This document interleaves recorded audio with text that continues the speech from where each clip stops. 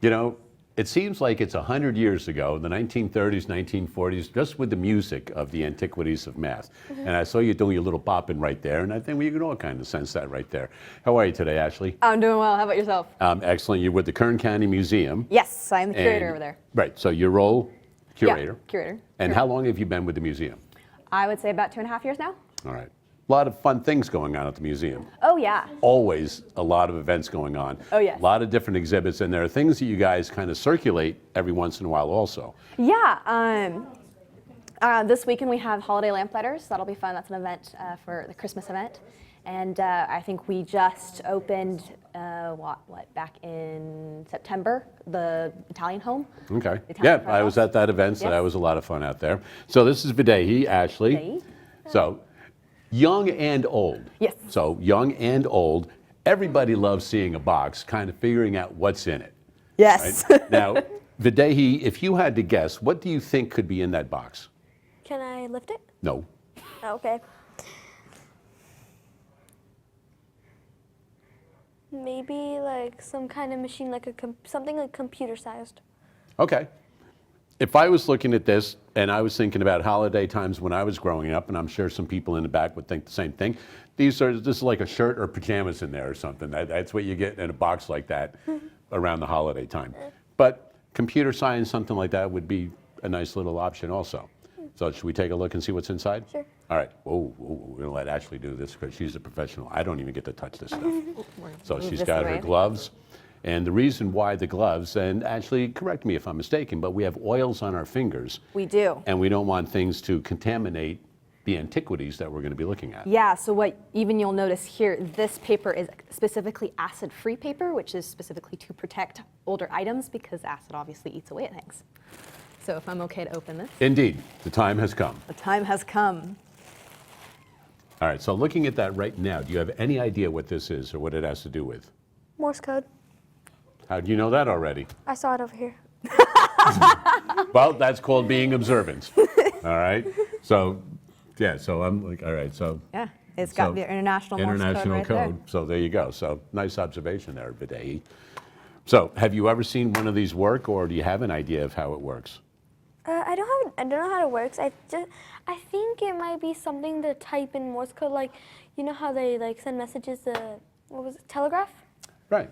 So that's exactly it. This is exactly what this is. This is a training telegraph kit from the 1920s or so. It has both receiving and transmitting pieces here. This is the original box that it came in. So hold that up to the camera so people can see that. And about what year, because I don't know if it necessarily has a year on that, but we were talking about when that probably came out. Yeah, so from everything, like our paperwork, it says it's about the 1920s era. So after the loosely. First World War, Yeah. right, and telegraphs were in use. Telegraphs were in use all the way back in the Civil War even. Right, but- because I mean, this thing's not new. No. But the- as far as a kit for a kid to have, that's when it would have been produced like that. Yeah, absolutely. Especially with pieces like this. Yes, and that's not the only piece. This is one other piece. This is the wire that would have connected them. Now that makes sense. You need the wire also, right? So it's kind of a jumble of a mess because it is about 100 years old. And was there a certain type of wire they needed to use?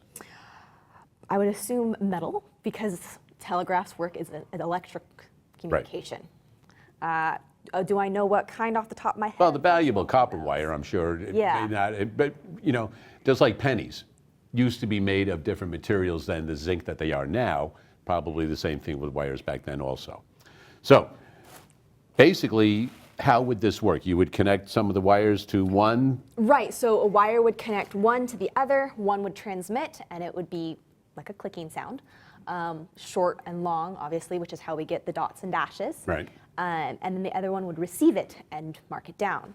And the other person would need to know What that means, and yes. understand Morse code in order to Yes. receive this correctly. Otherwise, they could be kind of guessing what's going on.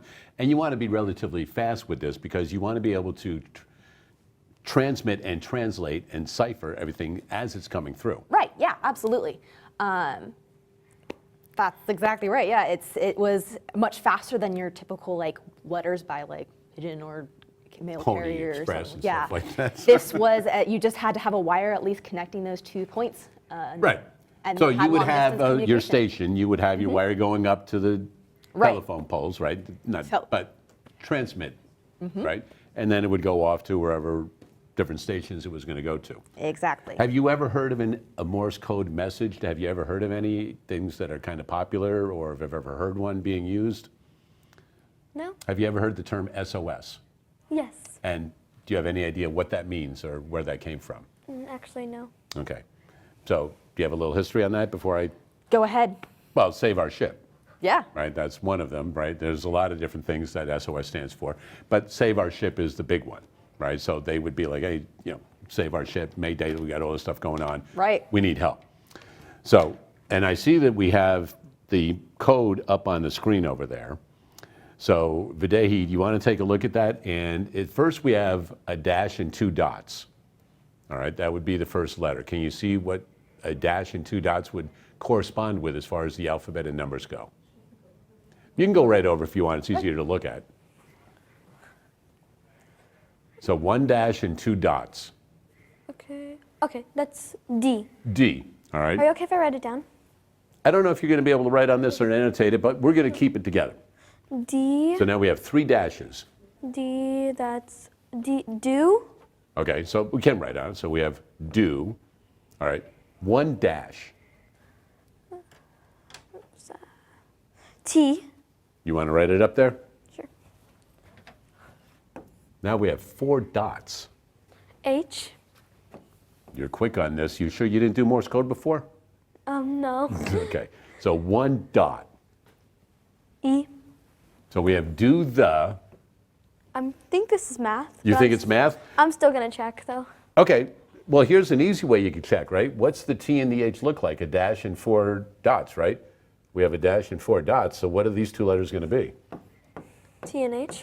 So that's an easy way where you can take what you've already figured it out and make it a lot easier on yourself, right? So do the, Okay.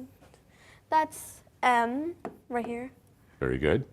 and that's an A. So you're figuring it out pretty quickly using things that you find and deducing from what you've already got. So do the math, ooh. Okay, so 2 dots is I. I'm guessing this is do the math is good. Do the math is good? I think. Well, let's put your S in there and let's verify that that's an S first. Yes, that's an S. Do the math is good, isn't it? Yeah. You willing to bet on it though? What other things No. can you think of that have an ooh in the middle? Do the math is good. Do the math is food. Do the math is mood. Do the math is noon. Do the math is moon. Do the math is soon. Do the math is anything else you can think of with an ooh in it? No. Cool, brother. Right? Cool? Okay. Is do the math cool? Yeah. It is, but let's see, Okay. make sure if it does work. I'm pretty sure. Yeah. You better check it out and make sure it works. That works? Yep. All right, so come on over here. Nicely done. So you were able to figure out that Morse code message, and I'm sure with a little bit of practice, you'd be able to do it a lot quicker. Yeah. And you have to be able to do it quickly when you're listening to it coming over. So have you ever done a Morse code message? I have never done one personally, but I mean, obviously, we watch more movies growing up. Now with you've got the documentaries. gloves on. You want to just tap out a little Ooh, let's see. a dot and a dash. There you go. Right? And I think with this particular one, you usually had to do the dots pretty quick. Because there's got to be a distinctive pause or not in between these. So you want to make sure that it is a dit or a da, a dot or a dash, things Yep. like that. Short, long, there's a lot of different terms that people use for those things like that. Well, Ashley, we certainly do appreciate you bringing this in from the Kern County Museum. I know there's a lot of things going on at the Kern County Museum. The website, in case people want to find out a little more, come visit you? Yeah, absolutely. The website usually has all of our calendar and event dates, and then also if you follow us on Instagram or Facebook, we have a really awesome social media person who manages that. Very good. So, Videhi, if you were able to get something like this as a gift for a birthday or a holiday or something like that, do you think this would be something pretty neat to have? Yeah, it sounds really cool. But a quick question before we go. Yeah. Why is there some letters missing? Well, let's see. No, I don't. Let's see. There should be, I believe, 26 to 27 letters Okay. in the International 'Cause Code. the letters are in order, so just wondering why. That's a good question. It is, and it's something that you guys can investigate in just a moment because we'll be back with more right after this.